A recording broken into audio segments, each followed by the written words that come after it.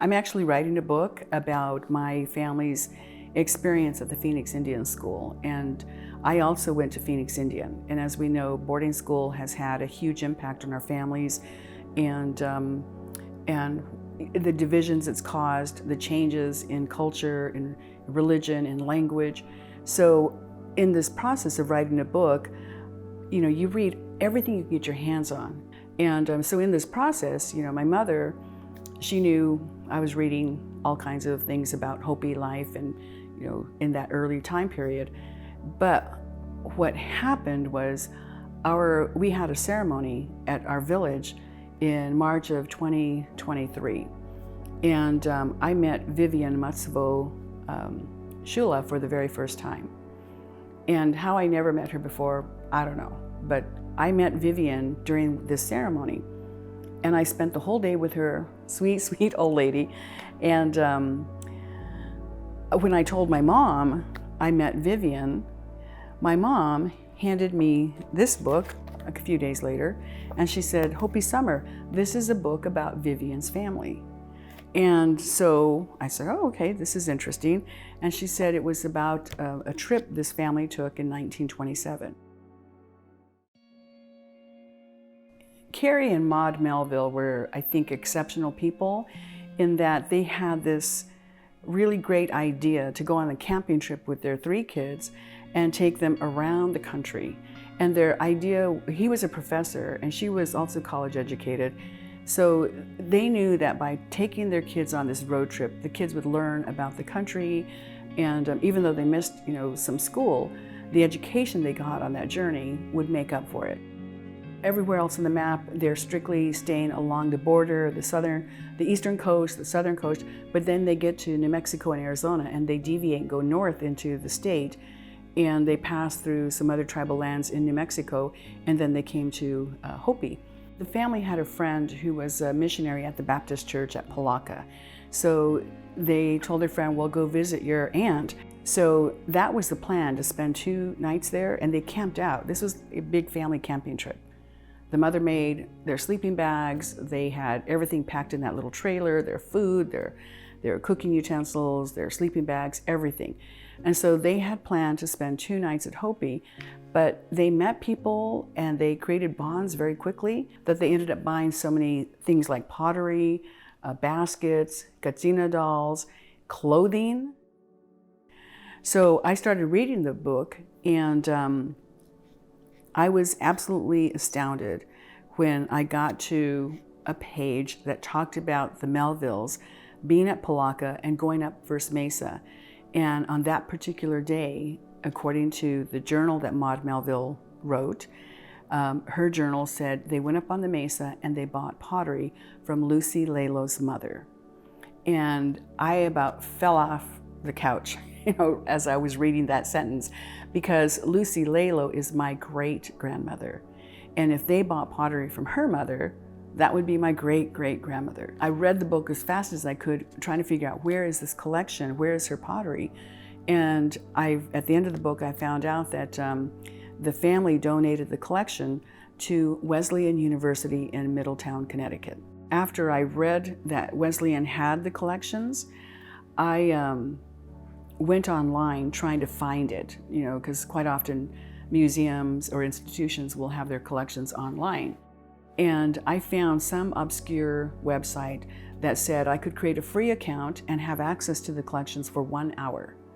So I created my account, I went through the collections, and I'm just zooming through the pages, and I was trying to find photographs of the pottery, because everything is noted, who made it and what style and all of that. And I found my great-great-grandmother's pottery online. And then when I started to close out that website, I found out that they had put it on the cover of this book. And so when Wesleyan acquired the collections, they created this book, and it has some history, and then in the back it has the collections, and it talks about every item and what they know about it. So I just I had to laugh, because here it was on the front cover of the book. And then we made the appointment to go to Wesleyan and see the collections. Just remember being in that room, and it was just, you could just feel it. It was just a library, and it was a man's library, dark wood shelves and the books, all protected. And I could have cared less about what was on the walls around me.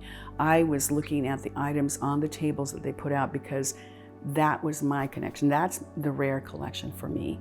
And so we spent 2 days looking at the collections, looking at photographs, reading some letters, and 2 days was not enough. Absolutely not enough time, but that's what we had allotted, so then that was it. But that moment when Wendy, who is the director of the collections there, she had the items all set up. She looked at the number, and I looked over, and it was the largest pottery on the table. And oh my gosh, I went over to it, and she said, yes, this is it.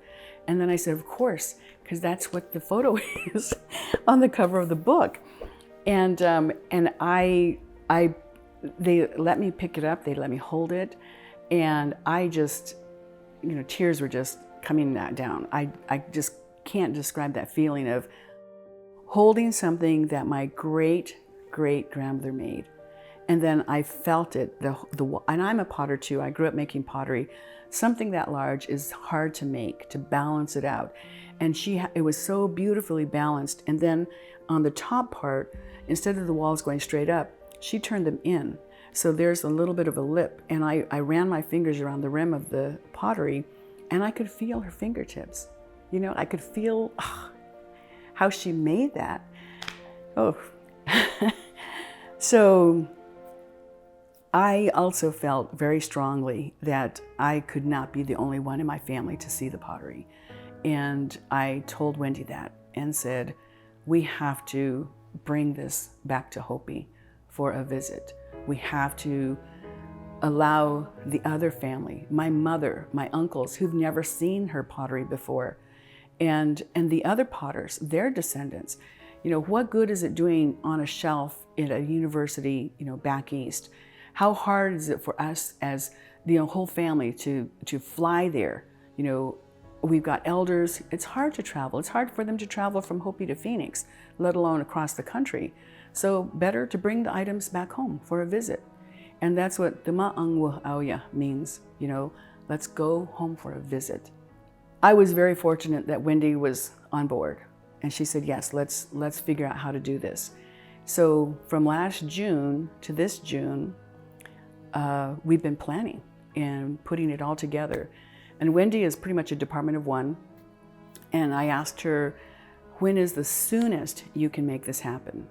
Pick a date, any weekend, and we'll make it work. And so she picked the dates according to what her responsibilities were with not just her job at the university, but her family obligations. It wasn't until the actual event that Bob Arnold, the grandson of the Melvilles who came to this event, told us it was June 21st, 1927, when his grandparents came to Hopi. So we landed to the date 97 years later without even actually planning that. It was just one of those happy coincidences. And we had so many of those moments throughout the weekend. We always knew that on Friday we'd have a special private family event.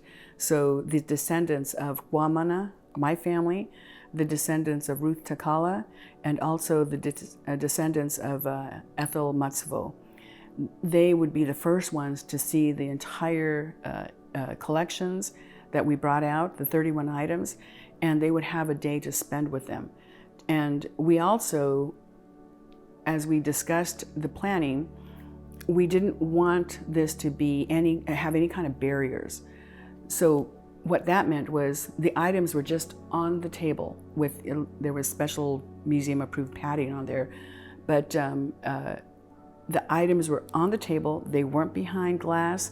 They weren't, in a vitrine. They were just on the table so people could walk up there, and if they wanted to touch the item, they could touch it. They could hold it, depending on how delicate it was. Most of the pottery was fine. They could pick up, but some of the other items we said nobody can pick these up because they're so fragile. But that was the beauty, that people were able to touch the pottery, to look at it, to see the design on all sides of the pottery. and to really have that physical reconnection. And, you know, I would turn around and there'd be somebody just weeping, you know, it was so moving. And, and other people who were just in awe of what they were seeing from their great-great-grandmothers. And then Ruth Takala's great-granddaughters brought their own pottery, and they wanted to see, does my pottery live up to my great-great-grandmother's standards? And so they brought their own pottery to show side by side. And then they left it there for the whole weekend. And then to see the generations, to see Vivian, who brought, you know, she brought her great-granddaughter to show her pottery that Vivian had never seen before. Because again, Vivian will be 93 this summer. This pottery was made in 97 years ago, so before she was even born. And yet, you know, Vivian grew up with her mother making pottery, so she was familiar with her mother's pottery, but these particular ones were older than Vivian. And we did ask for their reactions, and so people wrote their feelings of what they liked about it, and over the top it was expressing gratitude that they could not just read about but see and feel something that their ancestor made.